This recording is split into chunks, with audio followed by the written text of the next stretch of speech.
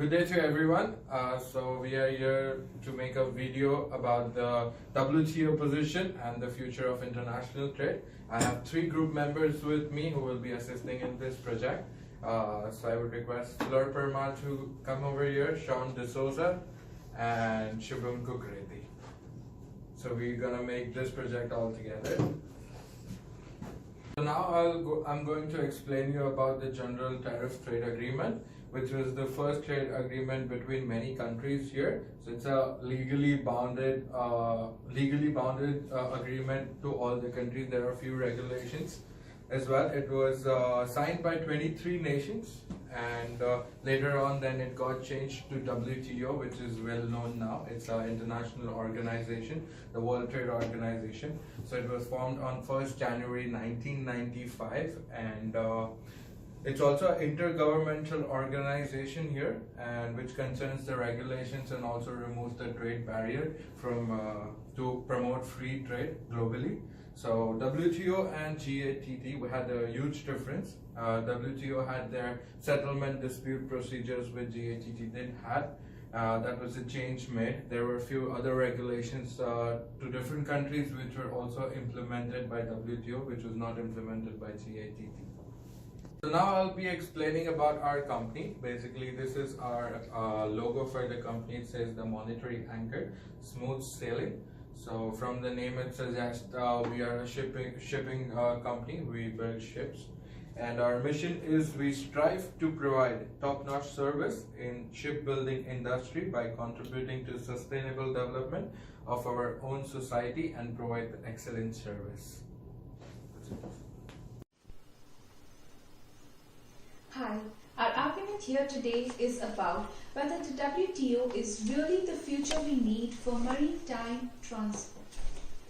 Yes, WTO is the future we need for maritime transport.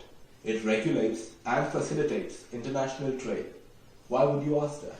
Well, I ask that because this January the UAE filed a complaint with the WTO against Qatar, stating Doha has imposed a ban on Emirati products. It was reported that the UAE's action of banning goods being shipped to Qatar came right after the Qatari Ministry of Economy decided to ban the sale of consumer goods manufactured in the UAE, Saudi Arabia, Bahrain, as well as Egypt. These countries then boycotted Qatar ships, cutting all trade ties with them. As our company, the Monetary Anchors, we would love to ship to the Middle East. Wouldn't this be a problem, and isn't this a barrier to future international trade? Why did WTO let the UAE boycott Qatar in the first place? I see what the problem is here. So the UAE shipped products to Qatar as they suspected Qatar of having links to terrorism. The WTO, being an international body, does not support any nation with links to terrorism. Hence, they want to promote a peaceful and a good bonding when it comes to trade.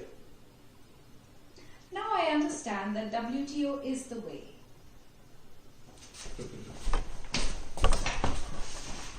So Shubham, how does WTO helps in our business? So, a quick fact for everybody. Around 90% of the world trade is done through shipping industry.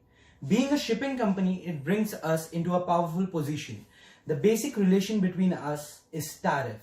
WTO regulates tariff policies among its member countries.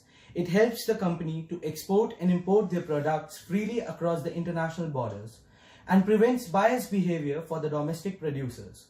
So this is one of the major factors which is going to help us in our business, that we can enjoy a bias-free trade environment globally. So after listening to all the arguments and doing a vast research on this topic, we have come up with a conclusion that for sure WTO as an organization will prove to be an asset for us. Right, Pa? So under my understanding, I believe that WTO can be good or bad because their rules and regulation changes every now and then. But as per our results, I believe that it's good for us and definitely will success in our business. Here's a quick issue which is arising in the WTO.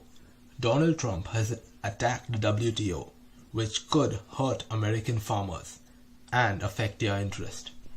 The WTO's ability could be incapacitated later this year that is, their appellate body, could be taken back and Donald Trump's foreign policy may take over.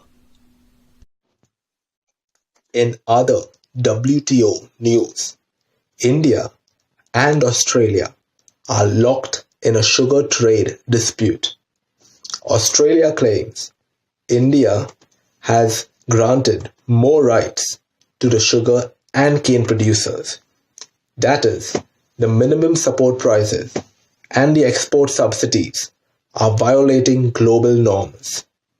Australia has consulted with the WTO and posed this against India.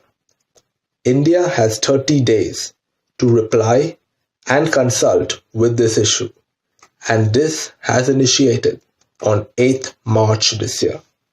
Sugarcane is one of the prime products of India. It is in its export as well as import list, so they must consult and review with this issue.